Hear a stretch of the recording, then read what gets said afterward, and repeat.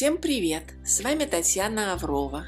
Сегодня хочу поделиться с вами очень простым старинным рецептом народной медицины. Это домашний морковный сироп. Этот сироп на основе моркови и меда уникальный. Он избавит вас от кашля, даже самого запущенного, удалит мокроту из легких и вообще незаменимая вещь в осенне-зимний простудный период. Мне этот сироп помог после простуды, когда, казалось бы, простуда уже прошла, а кашель все никак не отпускает.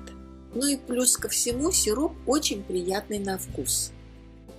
500 грамм моркови моем, чистим и нарезаем на небольшие куски. У меня достаточно крупноватые куски, лучше, конечно, порезать помельче. Добавляем к моркови 200 мл горячей воды, лучше даже если это будет кипяток.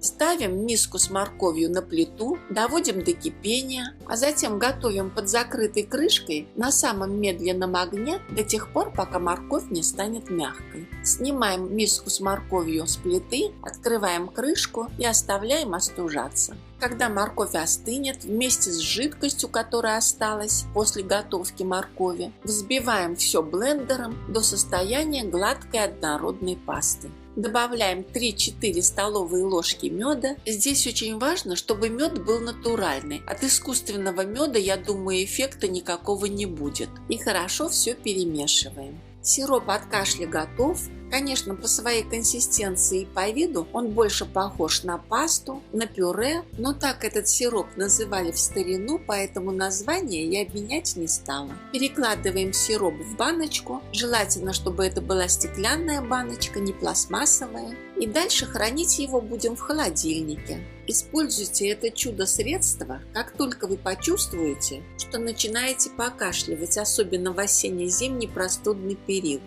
По 1 столовой ложке 3-4 раза в день, и практически дня через 2 должно наступить улучшение, а возможно и полное избавление от кашля. Сироп очень приятный на вкус, а значит, он должен понравиться детям. И вам не нужно будет заставлять ребенка принимать это натуральное, без химии, чудо-лекарство. Поделитесь этим рецептом со своими друзьями и близкими. Они вам будут благодарны. Всего вам самого хорошего и будьте здоровы! А чтобы не пропустить новое видео, подписывайтесь на канал, ставьте лайки, пишите свои комментарии и всего вам самого-самого доброго. До встречи на канале!